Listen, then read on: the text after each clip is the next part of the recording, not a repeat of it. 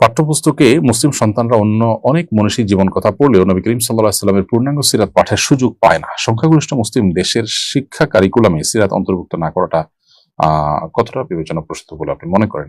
বিবেচনাপ্রসূত মনে করবার তো আসলে কোনো কারণ থাকতে পারে না, প্রিয় দর্শক। কারণ আহ মুসলিম প্রধান একটি দেশে যেখানে প্রত্যেকটা মানুষ প্রিয় নবী সাল্লাল্লাহু আলাইহি সাল্লামকে অত্যন্ত ভালোবাসেন, সেই জায়গায় নবী করিম সাল্লাল্লাহু আলাইহি সাল্লামের জীবন আদর্শ যেটি মানুষকে সত্য সুন্দরের পথ দেখায়, তার জীবনী চর্চা এবং তার জীবন বৃত্তান্ত পড়ানো, এটাকে কারিকুলাম এবং পাঠ্যপুস্তকের অন্তর্ভুক্ত করা, এটা আমাদের জন্য অপরিহার্য এবং এটা গণদাবি এবং জন আকাঙ্ক্ষার সাথে সঙ্গতিপূর্ণ। অতএব এইটাকে ইগনোর করা বা এটাকে এড়িয়ে চলা, এটা আমাদের জন্য মোটেও জায়েজ নয়, বরং এটি সুস্পষ্টভাবে গণ আকাঙ্ক্ষার পরিপন্থী কাজ। আমি আশা করব যে দায়িত্বশীলতার পরিচয় দিবেন সরকার এবং সংশ্লিষ্ট মহল, যে মুসলিম সংখ্যাগরিষ্ঠ দেশে মানুষকে তাদের দ্বীনি চেতনা উদ্বুদ্ধ করবেন এবং করতে সাহায্য করবেন।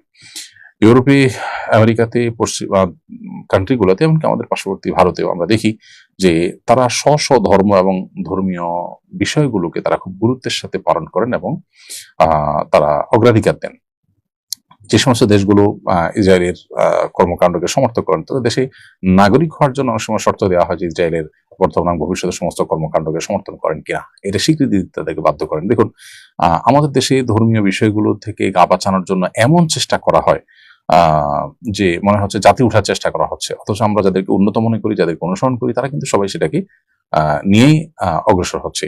$1 মধ্যে যেখানে উই ট্রাস্ট ইন গড লেখা আছে, সেখানে আমরা কিন্তু আল্লাহর নাম নিতে কল্পনা করি না যে টাকাতে আবার আল্লাহর নাম থাকবে, বা আমরা মনে করি এগুলোর থেকে ঊর্ধ্বে উঠে গেলে বোধহয় আমরা যাতে উঠে যাব। তো আমাদের শিক্ষা কারিকুলামে পাঠ্যপুস্তকে নবী করিম সাল্লাল্লাহু আলাইহি ওয়াসাল্লামের জীবনী থাকা খুবই গুরুত্বপূর্ণ। আজকে কিশোর গ্যাং সহ নানাবিধ যে তরুণ এবং কিশোরদের মধ্যে আপনার অপরাধ প্রবণতার যে আমরা বাজে উদাহরণ দেখতে পাচ্ছি, এটা দূর করবার জন্য আমাদের উচিত যথাসম্ভব নবী করিম সাল্লাল্লাহু আলাইহি ওয়াসাল্লাম সিরাত চর্চার পরিবেশ বাড়ানো এবং শিক্ষা প্রতিষ্ঠানে সেটাকে আমাদের পাঠ্যপুস্তক এবং শিক্ষা কারিকুলামে অন্তর্ভুক্ত করা।